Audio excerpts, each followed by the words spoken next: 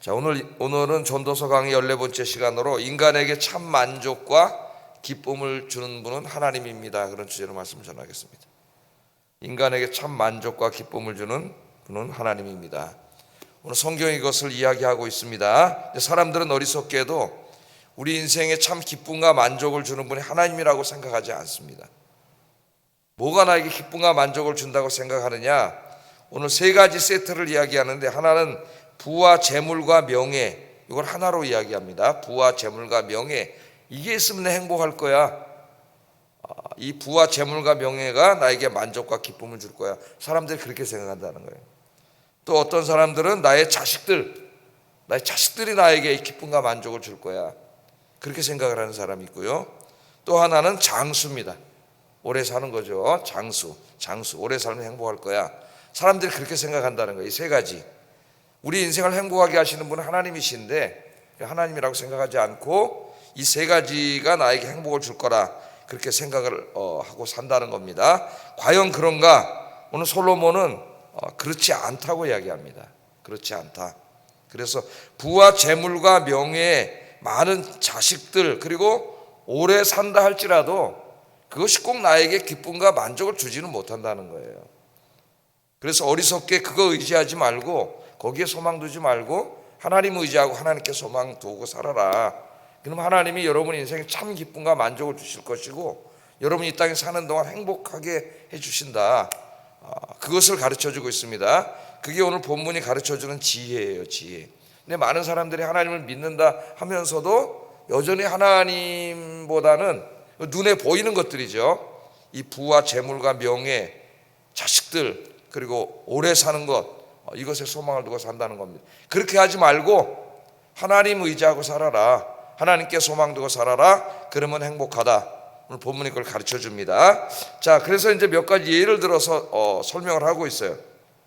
첫째, 솔로몬은 먼저 부와 재물과 명예를 가진 사람들, 혹은 이러한 것들을 갖기를 강렬히 소망하는 사람들에게 이렇게 충고를 하고 있습니다. 내가 해 아래에서 한 가지 불행한 일이 있는 것을 보았나니 이는 사람의 마음을 무겁게 하는 것이다. 그렇게 얘기를 하면서 얘기를 시작합니다. 어떤 사람은 그의 영혼이 바라는 모든 소원에 부족함이 없어 재물과 부여와 존귀를 하나님께 받았다. 이렇게 말해요. 하나님께 받았다. 뭘 받았어요? 마음의 소원에, 영혼의 소원, 그 마음의 소원에 부족함이 없을 정도로 재물과 부와 존귀를 하나님께 받았어요. 그러나가 나옵니다. 그러나 하나님께서 그것을 누리도록 허락하지 아니하셨으므로 다른 사람이 누리나니 이것도 헛되어 악한 병이로다. 그렇게 이야기하고 있습니다. 이게 무슨 말일까요, 여러분? 자, 어떤 사람에게 하나님께서 부와 재물과 명예를 그가 원하는 대로 주셨대요. 부족함이 없이 주셨습니다. 여러분 그렇게 했으면 좋겠죠. 나에게도 하나님께서. 그런데가 나와요. 그러나 이어서 어떤 말씀이 나옵니까? 하나님께서 그 사람이 그건 주셨는데 그 모든 것들을 누리도록 허락하지는 않으셨다는 거예요. 그러니까 부와 재물과 명예를 다 얻었어요. 뭐 열심히 무슨 일을 해서 얻었는지 하여튼 열심히 일해서 그게 다 생겼어요. 그런데 하나님이 그것은 갖게 하셨지만은 그걸 누리게 하지는 않았다는 거예요. 누리게 하지는 않았다. 어떻게 됐을까요? 아마도 이 사람은 자신이 원하는 모든 것들을 다 가졌지만 갑자기 찾아온 어떤 질병이나 사고나 혹은 전쟁 등으로 인해서 갑자기 죽은 것 같습니다. 그런 사람 한 사람의 예를 드는 거예요. 모든 사람이 다 그렇다는 건 아니고, 그런 사람이 이제 극단적인 예를 하나 드는 거죠. 의지하지 말라고. 자, 그렇게 죽었어요. 많이 벌고 다 얻었는데 어느 날 뭔 일인지는 설명하지 않았지만은 그 사람 죽었어요. 갑자기 하나 누리질 못해. 열심히 벌어서 모아놨는데 누리지 못합니다. 그럼 그게 무슨 소용이 있겠냐, 그렇게 말씀을 하는 거예요. 자, 결국 자기는 누리지 못하고 열심히 벌어놨지만 다음 사람, 뭐 자식이 누리든 뭐 누가 누리든 상속을 한 사람들이 다 그걸 누리게 되고 자기는 그냥 죽었어요. 근데 오늘 여기서 주목해야 될 부분은 이 부여와 재물과 명예를 주신 분이 하나님인데 그것을 누리지 못하게 하신 분도 하나님이라는, 누리지 못하게 하셨다, 그렇게 말합니다. 왜 누리지 못하게 하셨는가? 오늘 본문이 얘기하지는 않아요. 왜 누리지 못하게 하셨는지 얘기하지 않습니다. 자, 오늘 본문은 바로 앞에 있는 5장 19절과 좀 대조돼요. 5장 19절 말씀해 보면 재물을 누리게 하신 사람이 나와요. 한번 읽어보겠습니다. 시작. 주었고 누리게 하시죠. 이 사람은 주셨고 누리게 하셨어요. 그러니까 이거 보면 주신 분도 하나님이고 누리게 하시는 분도 하나님이. 어떤 사람은 주신 다음에 누리게 하셨고, 어떤 사람은 주시긴 주셨는데 갑자기 죽는 바람에 누리지는 못하게 하셨다는 거예요. 하나님 그렇게 이야기합니다. 왜 어떤 사람은 누리게 하시고 어떤 사람은 누리게 하지 못하게 했을까? 오늘 본문에는 우리가 가지고 있는 이 마소라 본문이라는데 이 본문에는 없습니다. 그 내용 설명하지 않아요. 그런데 이제 이 히브리어로 된 성경을 아람어로 번역한 성경이 있어요. 아람어로 번역한 성경이 있는데 이걸 이제 탈굼이라 합니다. 탈굼이라고 하는데 이 탈굼을 번역할 때에 본문에는 없는 이야기들을 추가했습니다. 그러니까 아마 이 전도서를 번역하면서 아람어로 번역하는 번역자들이 번역하다 보니까 왜 어떤 사람은 5장 19절에서는 누리게 하시고 6장에 오면서 어떤 사람 누리지 못하게 하셨지? 설명이 없으니까 이 사람들이 거기다 주석을 집어넣어 버렸어요. 탈굼에 원래 본문에는 없는 뭐라 그랬냐면은 그의 죄 때문에 누리게 하지 못했다. 이걸 첨가를 했어요. 그의 죄 때문에. 그러니까 해석을 번역만 한 게 아니라 해석을 한 거죠. 성경을. 저는 이 해석에 동의합니다. 동의하면서 탈굼의 해석에 동의하는데 죄 때문에 누리지 못했다를 단순한 죄가 아니라 하나님보다 재물과 명예를 더 사랑한 죄. 재물과 명예를 주신 하나님은 잊어먹고 하나님께서 주신 재물과 명예를 하나님으로 섬긴 죄. 그러니까 우상이 된 거죠. 하나님 주셨어요. 이 사람 열심히 일하고 뭐 기도도 했는지 뭐 하여튼 그래서 재물과 명예 많이 얻었는데 하나님 주시니까 이 사람이 갑자기 어떻게 해요? 이 주신 하나님께 감사하고 하나님 더 잘 섬기면서 사는 게 아니라 하나님 잊어먹었어요. 하나님 잊어먹고 돈이 하나님이 됐어. 재물이 하나님이 됐어. 자기 집이 하나님이 되고 자기 명예가 하나님이 됐어요. 그게 우상이 돼버린 거예요. 우상이 돼버린 거예요. 그래서 하나님께서 그 생명을 거둬가셨다. 그러니까 이 말씀을 그러면 그렇게 사는 모든 사람은 하나님이 다 데려가신다. 그렇게 받아들이면 안 됩니다. 그렇게 사는 많은 사람들이 살고 있어요. 어리석게도 돈이 단지 알고 명예가 단지 알고 지금도 살고 있어요. 오래오래 살고 있습니다. 모든 사람을 다 데려간다 그런 말이 아니에요. 오늘 여기 있는 말씀은 그 돈과 재물과 명예 자체가 그게 다 있어도 하나님 그 사람 생명을 거둬가실 수 있다는 거예요. 그럼 그 못 누린다는 겁니다. 강조하는 게 뭐예요 지금? 돈 자체가 그 사람의 기쁨과 만족을 주는 게 아니에요. 그 사람 데려가면 그걸 누가 누리겠어요 여러분? 그러니까 주신 분도 하나님이고 누리게 하신 분도 하나님이니까 하나님이 주셨을 때에도 어리석게 그걸 하나님으로 삼고 살면 안 된다는 거예요. 그건 없어도 그만이에요. 누가 우리에게 참 기쁨과 만족을 줘요? 하나님이 주신다는 겁니다. 그래서 이 말씀을 예수님께서 나중에 다시 연두에 두고 설교를 하신 내용이 누가복음 12장의 그 어리석은 비유의 말씀이에요. 그래서 우리가 두 개를 합쳐서 읽으면 금방 이해가 됩니다. 이 말씀이 어리석은 부자가 어느 날 농사를 졌잖아요. 원래도 부자입니다. 창고에 막 곡식이 많아요. 근데 어느 날 농사를 졌는데 하나님 더 주셔가지고 풍년이 들어가지고 엄청나게 곡식이 생겨서 몇 배가. 그럼 어떻게 해야 돼요? 하나님 어떻게 하라 했어요? 하나님께도 드리고 어려운 이웃들에게 나눠주라 그랬는데 이 사람이 많이 벌고 보니까 하나님 잊어먹고 이게 하나님이 됐어 이게. 그래서 어떻게 해요? 하는 짓이 창고를 부수고 그 창고를 더 크게 짓고 거기다 꽉꽉 채워놓고 뭐라 그래요? 내 영혼아 평안할지어다.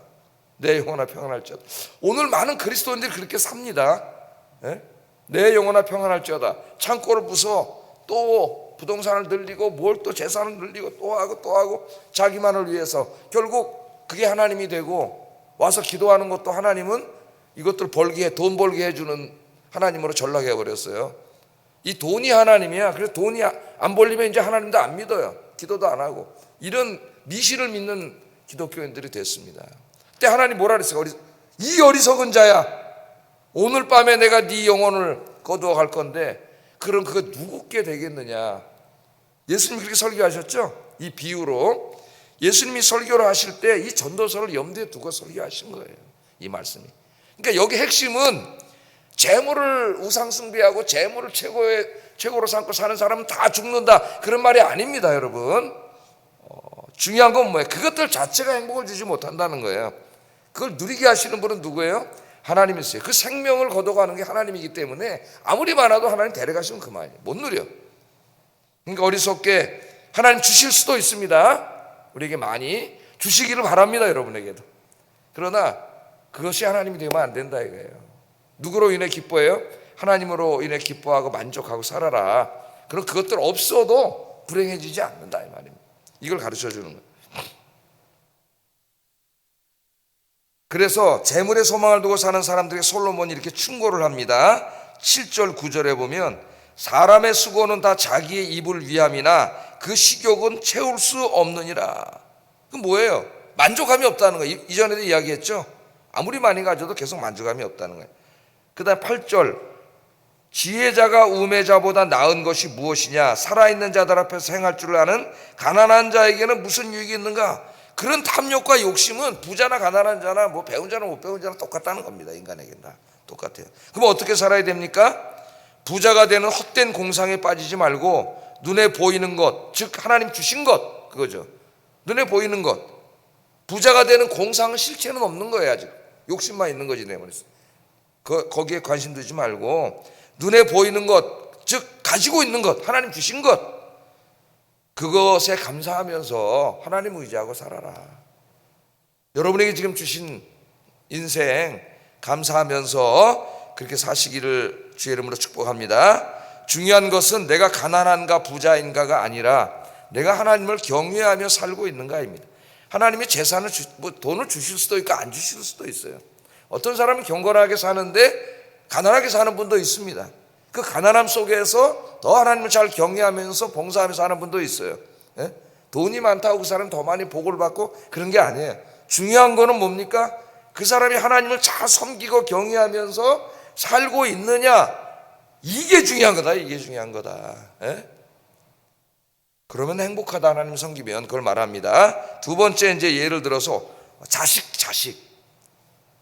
자식에 대해서 얘기. 자식에게 소망 두고 살지 말라.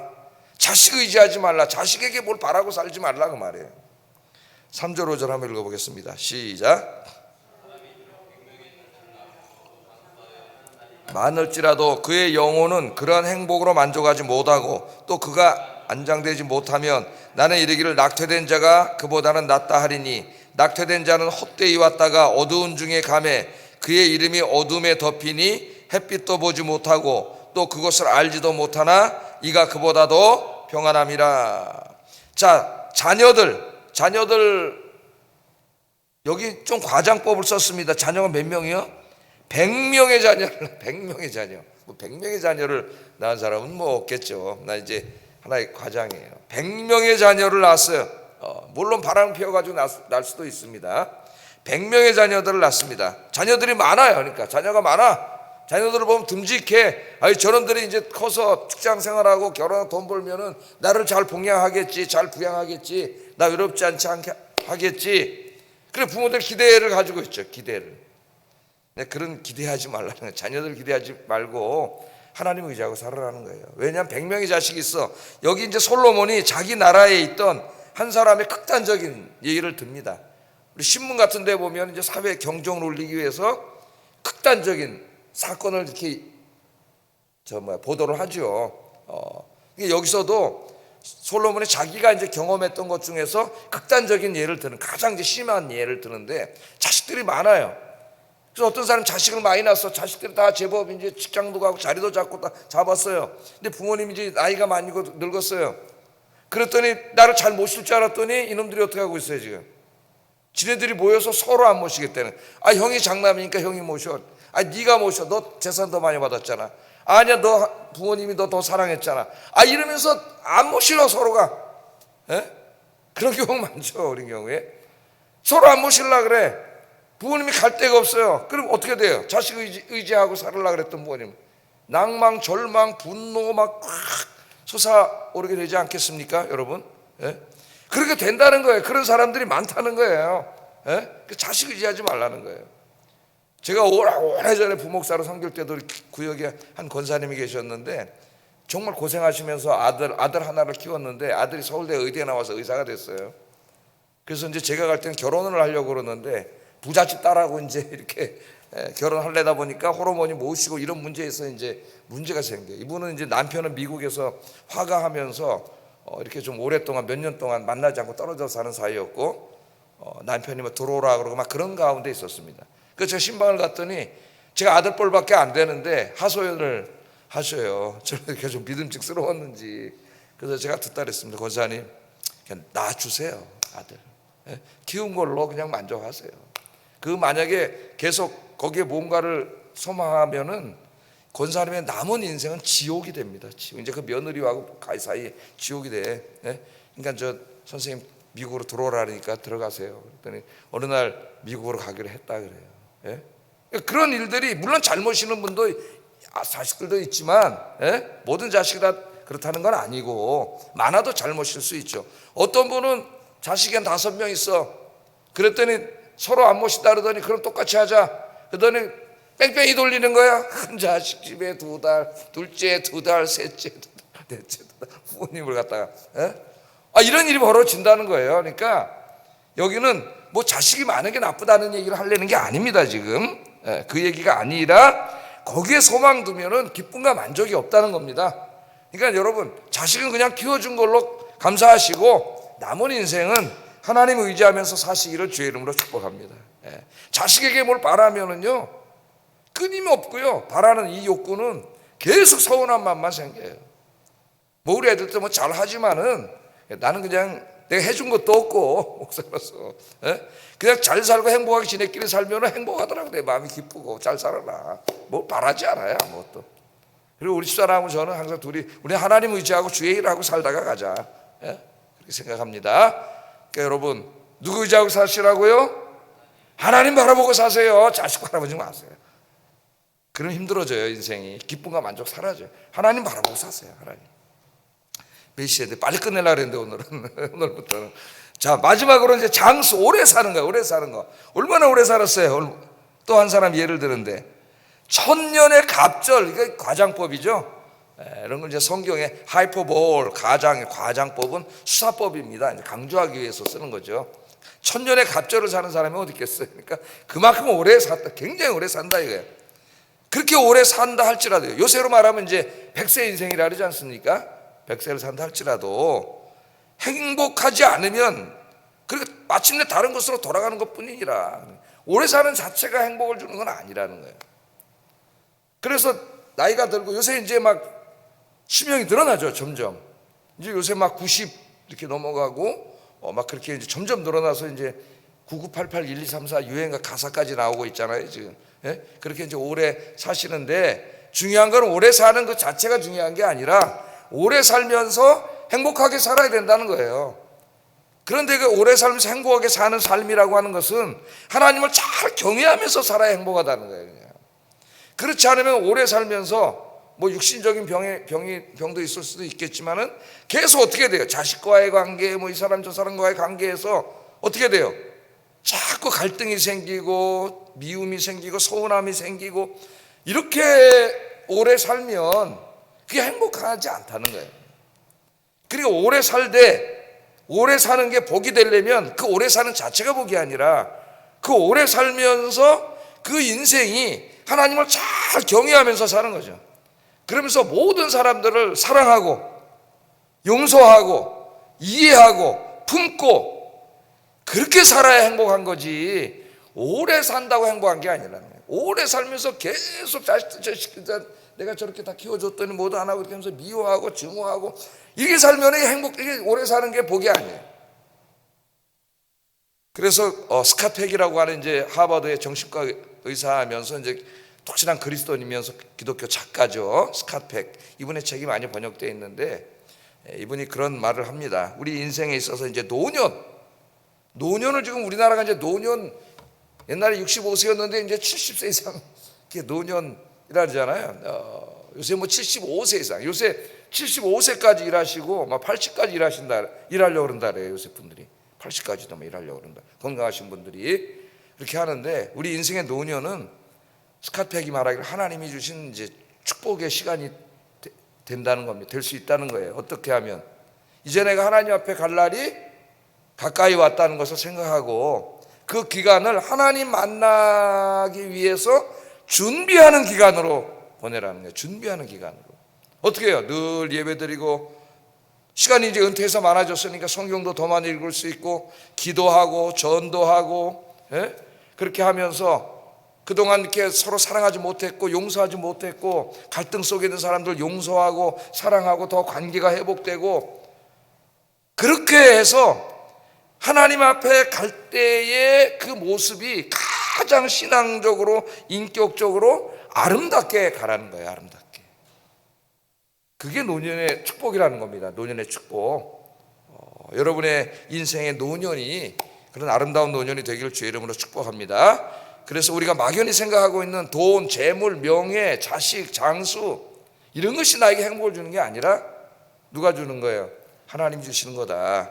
그래서 이제 마지막에 10절 12절 오늘 읽지는 않았는데 10절 12절 이미 있는 것은 무엇이든지 오래전부터 그의 이름이 이미, 제가 말씀이 어렵기 때문에 가로 열고 제가 써놨어요. 주석을. 하나님에 의해 불린 바 되었으며, 모든 이름이 다 하나님에 의해 불린 바 됐다는, 사람이 무엇인지도 이미 하나님에 의해 안 바 되었으니 자기보다 강한 자는 하나님과는 능히 다투지 마라. 자기 인생에 벌어지는 모든 일들에 대해서 내게 왜 이렇게 힘듭니까? 어려움이 닥칩니까? 이런 거 하나님하고 감히 다투지 말라는 거예요. 왜? 하나님이 모든 이름을 지어줬고 모든 것을 존재하신 누구예요? 창조주 하나님이시니까 하나님 주권 속에서 다 이루어진다는 겁니다. 그래서 내 인생의 모든 일이 이루어질 때에 하나님의 주권 속에서 이루어졌구나, 그걸 받아들이라는 거예요. 예스, 아멘으로. 그 다음에 헛된 것을 더하게 하는 많은 일들이 있나니 그것들이 사람에게 무슨 유익이 있으랴. 헛된 생명의 모든 날을 그림자같이 보내는 일평생에 사람에게 무엇이 낙인지를 누가 알며 그 후에 해 아래에서 무슨 일이 있을 것을 누가 능히 그에게 고하리요. 이게 뭐예요? 두 번째는 뭡니까? 첫째, 모든 일은 하나님 주권 속에서 일어나는 거다, 내 인생에. 두 번째는 내 인생에 어떨 땐 좋은 일이 벌어지고 어떤 땐 좀 안 좋은 일이 벌어지는데 그 일이 결국 어느 게 더 내 인생에 좋은 일로 바뀔지는 아무도 모른다는 거예요. 그게 무슨 말이에요? 정리하면은 이겁니다. 내 인생에 벌어지는 모든 일들, 이 세상에 벌어지는 모든 일들은 하나님의 주권 속에서 하나님이 하시는 일인데, 결국 그것은 우리 믿는 자들에게는 뭐예요? 우리의 인생의 선을 위해서 하는 것이라는 거예요. 지금은 당장 힘들지만 하나님이 그 힘듦을 통해서 내일 더 엄청난 것을 주시려고 힘든 일을 주실 수 있다는 거예요. 그러니까 함부로 하나님하고 논쟁하고 말하고 불평불만하지 말라는 거예요. 하나님의 다 선하신 뜻 가운데서 이루어진다. 그러니까 행복하려면 어떻게 하라는 겁니까? 하나님을 잘 섬기며 살면서 하루하루 벌어지는 일에 일비하지 말고, 하나님의 주권 속에서 이런 일을 주셨구나. 내가 힘들지만 오늘, 그러나 이 일을 통해서 하나님이 나에게 더 큰 유익을 주실 거야. 이걸 믿고 살으라는 거예요. 그래야 여러분 인생이 모든 일에 어때요? 매일 범사에 감사할 수가 있습니다. 항상 기뻐하고 범사에 감사. 그게 참 기쁨과 만족이잖아요. 그렇게 사시는 인생 되기를 주의 이름으로 축복합니다. 기도하겠습니다. 자, 두 가지입니다. 두 가지. 인생의 참 만족과 기쁨은 재물이나 명예나 장수나 자식과 같은 세상적인 조건에서 오는 것이 아니라 하늘에 계신 하나님께로부터 오는 것임을 깨닫게 하소서. 이거 오늘 분명히 하셔야 됩니다. 자식, 그냥 여러분이 사랑해 준 걸로 만족하세요. 물론 자식들에게는 하나님이 효도라고 가르쳤어요. 효를 다할 거예요. 그러나 그 의존하지 마세요. 하나님 의지하고 사세요. 두 번째, 내 인생에 벌어지고 있는 모든 일들이 그것이 비록 힘들고 고통스러운 일들이라 할지라도 내 인생의 선을 이루시기 위한 하나님의 선하신 섭리임을 어떻게 해요? 확신하는 게 믿음이에요. 확신하고 모든 상황을 아멘으로 감사함으로 받아들이게 하소서. 기도하겠습니다.